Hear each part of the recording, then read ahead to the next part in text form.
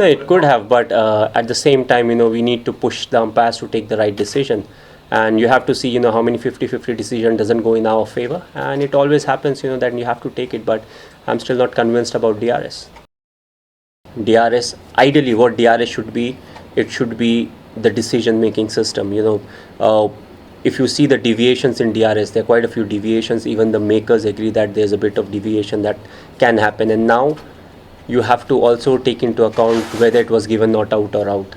If it's given not out, the ball needs to touch the stump. If it's given out, it needs to touch the stump. If it's not out, then half the ball needs to hit the stump and all of that. So that itself makes the variables too big. And in cricket, every inch matters. Not even inch, it's millimeters that really matter. So DRS shouldn't be umpire's decision justification system. It should be giving the right decision. Like in tennis, you don't have anything that says, okay, if the umpire has given it out, half the ball needs to pitch inside the line. If he has given it out, then the scenario is different. So it has to be plain and simple. You don't have to keep too many things into consideration. You either say, okay, DRS, what it is, this is what it is.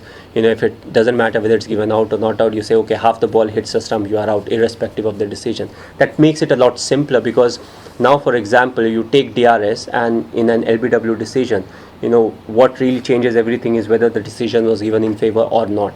And it can be in a margin of 1 inch, overall, and in cricket, that's very big.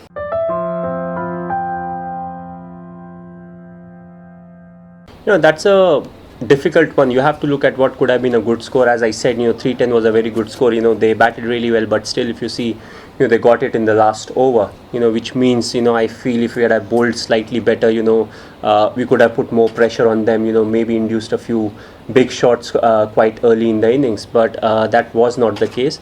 And always you can debate whether, at that point of time, we could have played a bit more aggressive cricket. But also you have to realize, once the platform is set, and at that point of time, what happens, if you lose 2 wickets, because what we saw was it was easier for the set batsmen to hit, even for the Australian batsmen. If you see, the set batsmen were the ones who were hitting the big shots, but it was more difficult for the newcomers. You just come in, to play the big shots. So, that's a catch-22. You can always say, yes, we had wickets in hand, maybe we should have pushed, we would have got another 15 runs or 20 runs, but also you have to look at the other side where, what if you won't have reached 310 also, that can also happen in game of cricket. But overall, if you see, maybe if you're in the same situation, you may bat slightly differently, but still, on a wicket like this, 310 I felt was a very good score.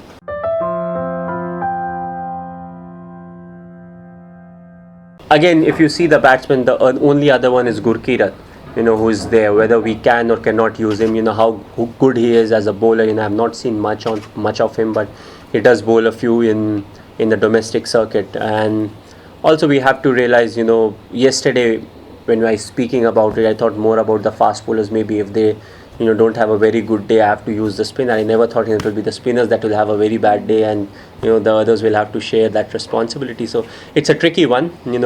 Still you have to see, if you see the bowling department, the fast bowlers did a very good job. It was the spinners that were that could have bowled better. If they would have just avoided the easy boundary deliveries. Okay, fair enough. If the batsman is hitting you for a 6 over long on or long off, that's always a good shot and with a bit of risk involved. But you have to make sure with the field restriction, you don't get hit in areas where you don't have a fielder. So that's something that we'll have to avoid.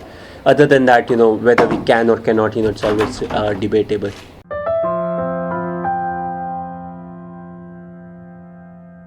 I think Barry bowled really well. I think he was hitting the right areas, which I feel is important. Also, being a left-arm fast bowlers, they have that slight advantage of that angle that goes away from the right-hander batsman. So I felt overall he bowled really well. But we'll also have to, I won't make judgment based on one game, because we'll have to see, in the coming games when there's pressure on him, right from the start. If the batsmen are set, if he's put under pressure, in the first circle regulation itself, then we'll have to see how he bowls and all of that. But overall, if you just ask me today how he bowled, I think he bowled really well.